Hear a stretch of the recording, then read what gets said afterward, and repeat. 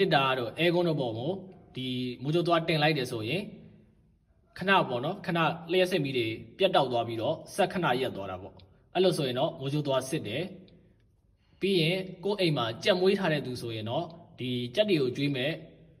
ဆန်နဲ့ပေါ့နော်ကြက်တွေကိုကျွေးမဲ့ဆန်အိုးတွေကိုဒီမိုးကြိုးသွားထည့်ထားလိုက်ရင်ထည့်ထားတဲ့ဆန်ကိုကြက်ကိုကျွေးတယ်ဆိုရင်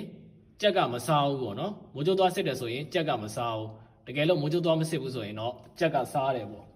အဲ့လိုပဲဒီစပားခင်းတွေပါတယ်ဆိုရင်ငှက်တွေပါတယ်လာစားတယ်ဆိုရင်လည်းအဲ့ဒီစပားခင်းတွေကိုဒီမိုးကြိုးသွားထည့်ထားလိုက်ရင်ငှက်တွေကနေပြီးတော့စပားကိုလာမစားဘူးပေါ့နော်မိုးကြိုးသွားစစ်တယ်ဆိုရင်မိုးကြိုးသွားမစစ်ဘူးဆိုရင်တော့ငှက်တွေကလာစားတယ်နောက်ထပ်စမ်းဒီတွေအများကြီးကြံသေးရပေါ့နော်ဒီငှက်ပြောပင်ပေါ့ငှက်ပြောပင်ကိုဖြတ်လိုက်တယ်ဆိုရင်ဒီပြန်ပြီးတော့အညွန့်ပြန်ထွက်တာပေါ့နော်အတက်ပြန်ထွက်တာဖြတ်ထားတဲ့ငှက်ပြောပင်မို့ဒီကောင်မိုးကြိုးသွားတင်လိုက်တယ်ဆိုရင်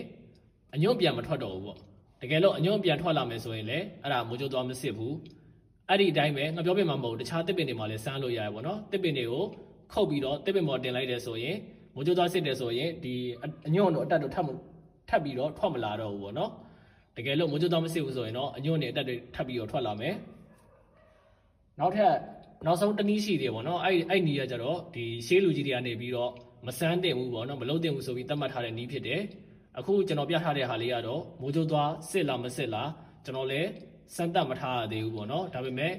ဒီဟာလေးကိုကျွန်တော်မြင်ချင်းပေါ့နော်မိုးကြိုးသွားမှာကမိုးကြိုးသွားအနက်ရောင်မိုးကြိုးသွားရှိရယ်အနီရောင်မိုးကြိုးသွားရှိရယ်အဖြူရောင်မိုးကြိုးသွားဆိုပြီးရှိရယ်ဒီကောင်ကကြတော့အနက်ရောင်မိုးကြိုးသွားဆိုတဲ့အချက်တွေနဲ့နည်းနည်းကိုက်ညီနေတာပေါ့နော်တပိတ်ရောင်ပေါ့နော်တန်တပိတ်ရောင်ရှိတယ်ပြီးကြတော့ဒီကောင်လေးကိုကျွန်တော်ဝယ်ခင်တုန်းကတန်လိုက်ကတ်တာပေါ့ဒီကောင်တန်လိုက်ကတ်တယ်အဲ့ဒီတန်လိုက်ကတ်တာတစ်ခုတည်းနဲ့တင်ကိုကျွန်တော်ကသဘောကျလို့ဆိုပြီးတော့